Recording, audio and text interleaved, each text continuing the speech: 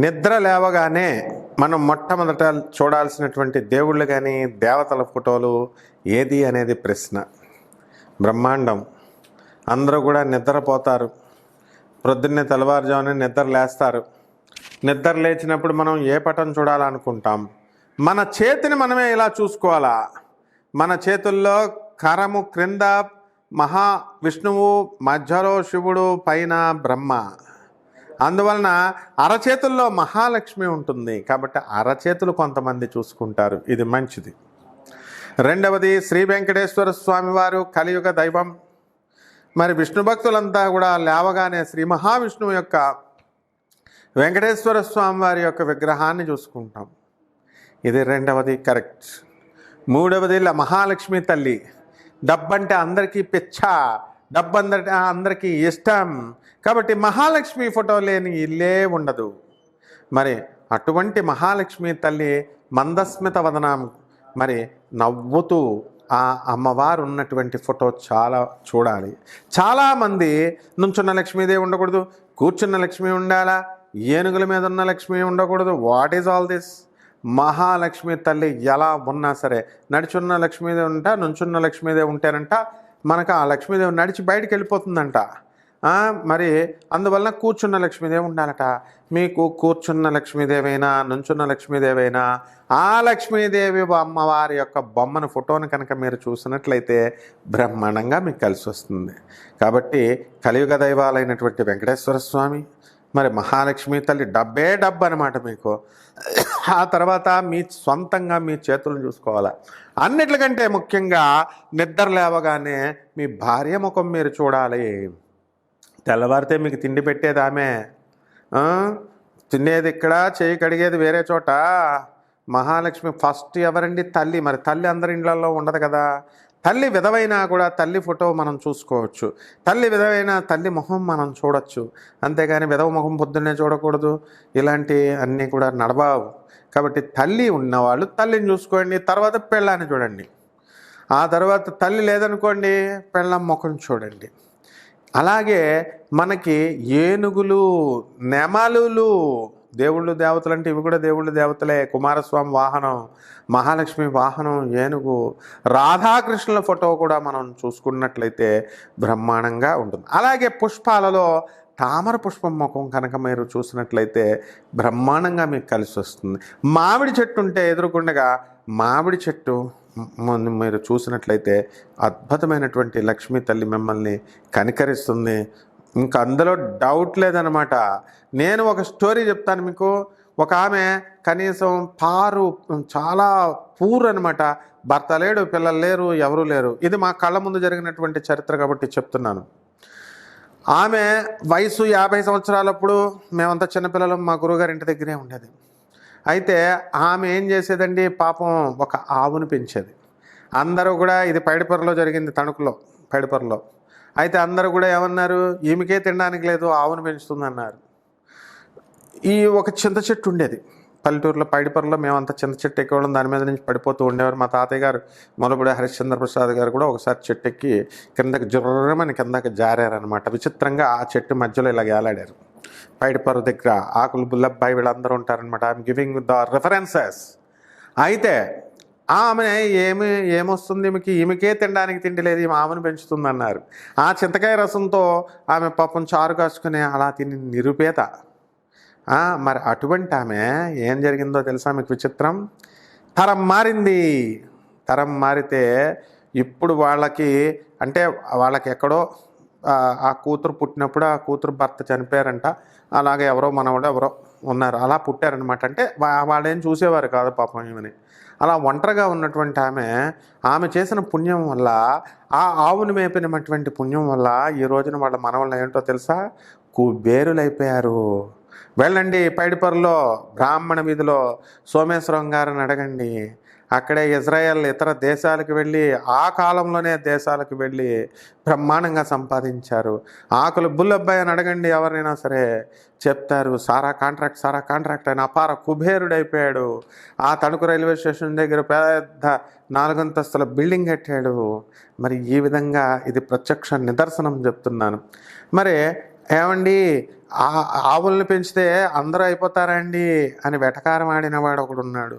చల్లా విద్యాసాగర్ నల్గొండ జిల్లాలో ఉంటాడు. వాడు ఇప్పటికీ దరిద్రుడిగానే మిగిలిపోయాడు, వెటకారం ఆడినవాడు.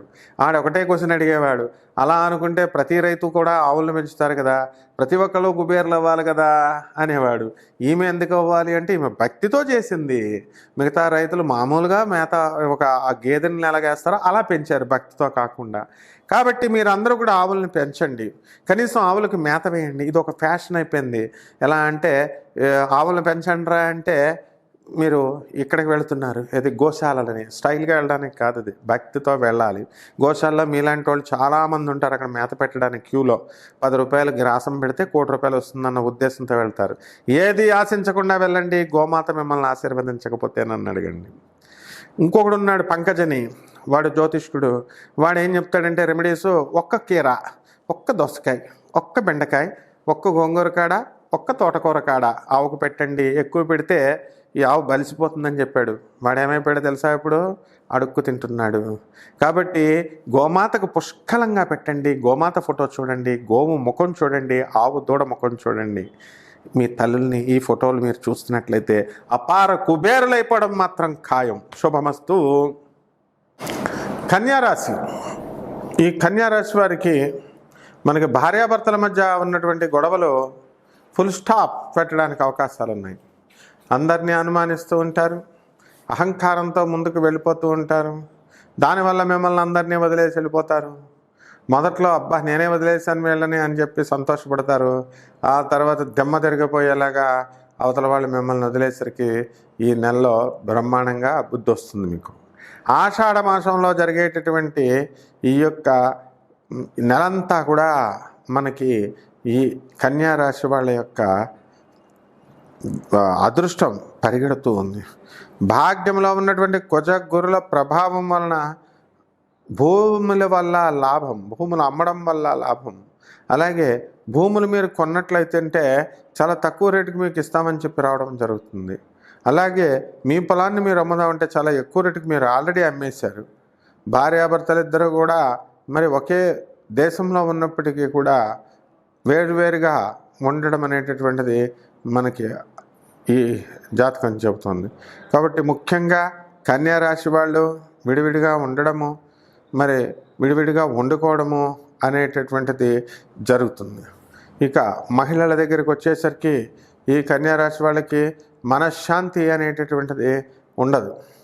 అలాగే మనశ్శాంతి ఉన్నట్టుగా నటిస్తారు. మరి వేరే వేరే రాష్ట్రాలకు కానీ వేరే వేరే దేశాలకు కానీ వెళ్ళడానికి అవకాశాలు ఉంటాయి. కాబట్టి ఈ యొక్క కన్యారాశి వారు పని ఒత్తిడిని చాలా తట్టుకొని పని చేస్తారు.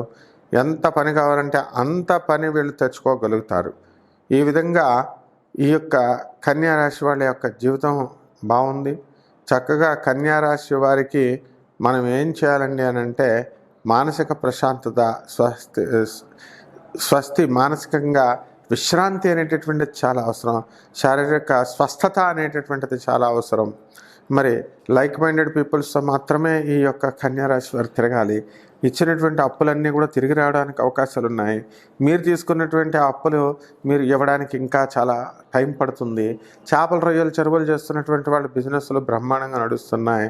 ఆ తర్వాత వ్యవసాయానికి దేశానికి మొక్కవాలనేటువంటి ధైర్యం అనేయండి. మరి ఈ యొక్క సెంట్రల్ పాయింట్ అయినటువంటి రైతులు మరి బాగుపడడానికి అవకాశాలు ఉంటాయి.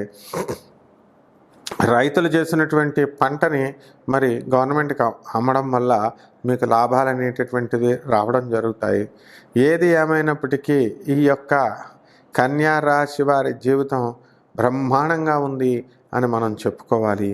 అలాగే కన్యారాశి వారికి గొడవలుకి కనుక వెళ్ళినట్లయితే అది మీకే లాస్ అని మీరు గ్రహించాలి.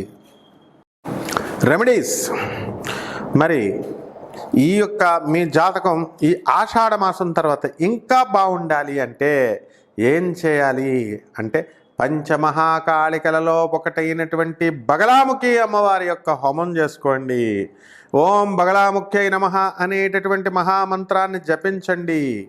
మరి ఇది అసలే ఆషాఢ మాసం. బోనాలు పట్టుకెళ్ళండి. అక్కడ ఉన్నటువంటి మీ ఇళ్ళ దగ్గర ఉన్నటువంటి ఆంధ్రాలో కానీ మరి తెలంగాణలో కానీ ఏ అమ్మవారికైనా ప్రసాదం పట్టుకెళ్ళడమే బోనము. కుండ నెత్తి మీద పెట్టండి, అమ్మవారికి నైవేద్యాలు పట్టుకెళ్ళండి, అమ్మవారి గుడికి 108 ప్రదక్షిణాలు చేయండి. ఏ అమ్మవారైనా సరే ఈ యొక్క బోనాలని మహానివేదన్ని మీరు అమ్మవారికి సమర్పించండి. అలాగే మీ ఇంట్లో బగళాముఖి అమ్మవారి యొక్క హోమం చేయించుకోవండి. తర్వాత జపము కంపల్సరీ. మీరు చిన్నమస్తాదేవి యొక్క జపము కనీసము రోజుకి 108 సార్లు, ఉదయము మళ్ళీ సాయంత్రము 108 సార్లు జపమాలతో చేసుకోండి. మీరు అనుకున్నవన్నీ కూడా సక్సెస్ అవుతారు. ఏ పనైనా సరే నిందలు పోతాయి మీ మీద. తర్వాత రావి చెట్టు చుట్టూ తిరగండి. రావి చెట్టు చుట్టూ నీళ్లు పోస్తూ మరి దానికి 21 సార్లు ప్రదక్షిణలు చేయండి. ఈ విధంగా చేయండి. అసాధ్యమైనటువంటి పనులు ఏవి ఉండవు. మరి మీరు అనుకున్నది ఎంతకాలంగా మీరు అనుకుంటున్నారు నాకు ఈ పని అవ్వడం లేదండి అని. బిల్స్, కాంట్రాక్టర్లు ఎవరైతే ఉన్నారో గవర్నమెంట్ నుంచి రావాల్సినటువంటి బిల్స్ అన్నీ కూడా వచ్చేస్తాయి. నేను 2 సంవత్సరాల నుంచి ప్రేమలో ఉన్నానండి, వీళ్ళ చుట్టూ తిరుగుతున్నాను, సక్సెస్ కాలేకపోతున్నాను అనేటటువంటి వాళ్ళకి మీకు అవతల వాళ్ళు వశీకరణం అయిపోతారు. దశమహావిద్యల్లో ఉన్నటువంటి హోమం ఇది. కుంకుమార్చనతో క్రీమ్ క్రీమ్ క్రీమ్ అంటూ మీరు అమ్మవారి యొక్క ఆ యొక్క యంత్రం పైన కానీ అమ్మవారి యొక్క పాదపద్మాల దగ్గర కానీ ఆ చిన్నమస్తాదేవి యొక్క పాదాల దగ్గర కుంకుమార్చన చేయండి. మీరు అనుకున్నది మీరు సాధిస్తారు. అలాగే మరి రాహువుని కంట్రోల్ చేయాలి. మినుముల్ని, కిలోంపావు మినుముల్ని, ఆవుపేడ రంగు ఉన్నటువంటి వస్త్రాలని పేద బ్రాహ్మణులకి దానం చేయండి. అది కూడా శనివారం కరెక్ట్గా ఉదయం 8 గంటలకు చేయాలి. మరి అలాగే చక్కగా నవగ్రహాల చుట్టూ ప్రదక్షిణ చేయండి. ప్రదక్షిణ చేసి మీరు మనల్ని చక్కగా ఈ యొక్క రాహుకి ఓం రాహవే నమః అనేటటువంటి మహామంత్రంతో మీరు జపం చేయడం ద్వారా ఈ రాశి వారందరూ కూడా బ్రహ్మాండంగా వృద్ధిలోకి వస్తారు. ఈ నెల మీరు విజయాలని చవిచూస్తారు.